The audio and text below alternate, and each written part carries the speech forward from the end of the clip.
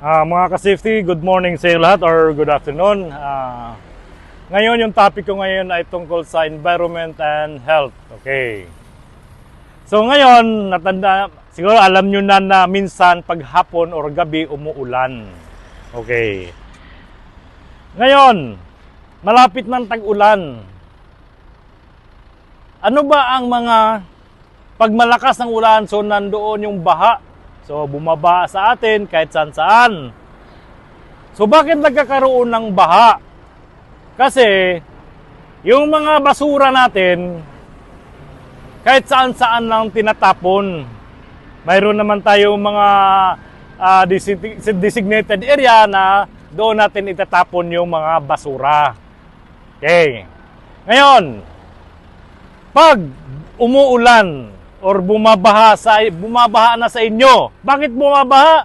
Dahil yung mga basura nyo bumabara na sa kanal or sa mga drainage. Okay.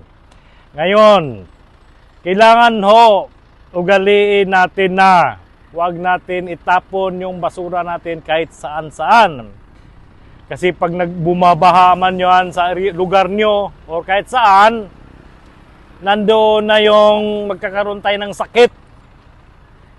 Yung mga leptospirosis, nandoon na yung mga leptospirosis. Papasok na yun. Pag lumulusob kayo sa baha na hindi kayo nagbubuta, wala kayong buta.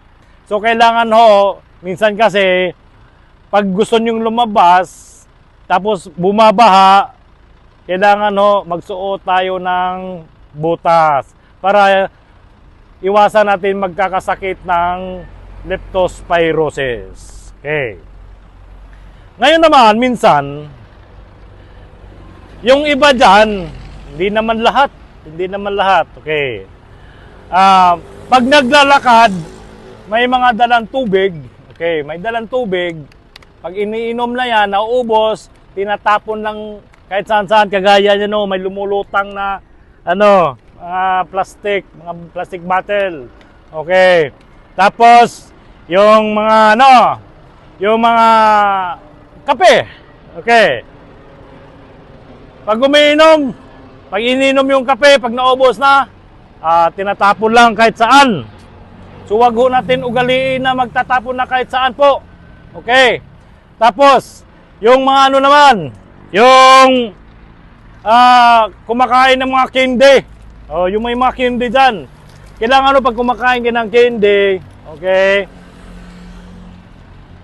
huwag nyong itapon kahit saan-saan.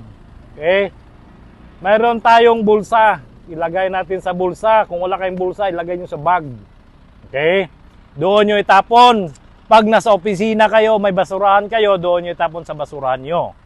Okay.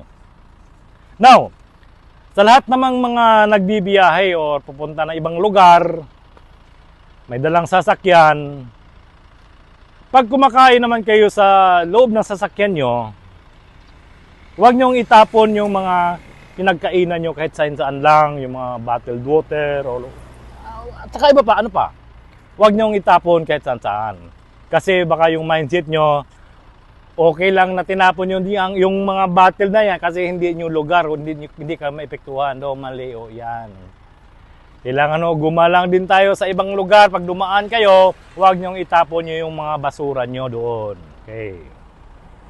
Now, ito. Tapos na eleksyon. Congrats pala sa nanalo or hindi man natalo dyan. Yung mga nanalo, congrats. At saka, ngayon, kailangan yung mga campaign materials nyo, tanggalin nyo na. Kasi isa din yan magkakos ng baha pag hindi nyo tinanggal. Kasi pag hinangin ng malakas, matatanggal yung mga campaign materials nyo. Or pag umulan ng malakas, kasi dinidikit lang, bumagsak yan. Tapos, yun na ang pupunta sa kanal natin at saka sa mga drainage. So, kailangan nanalo or natalo man kayo, kailangan tanggalin na natin yung mga tarpaulin. Okay? So, sa lahat ng mga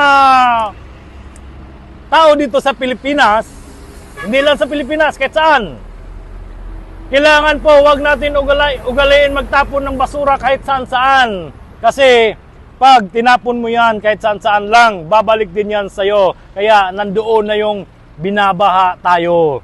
Kailangan po, please lang ugaliin natin na ilagay natin yung mga basura natin sa tamang lugar.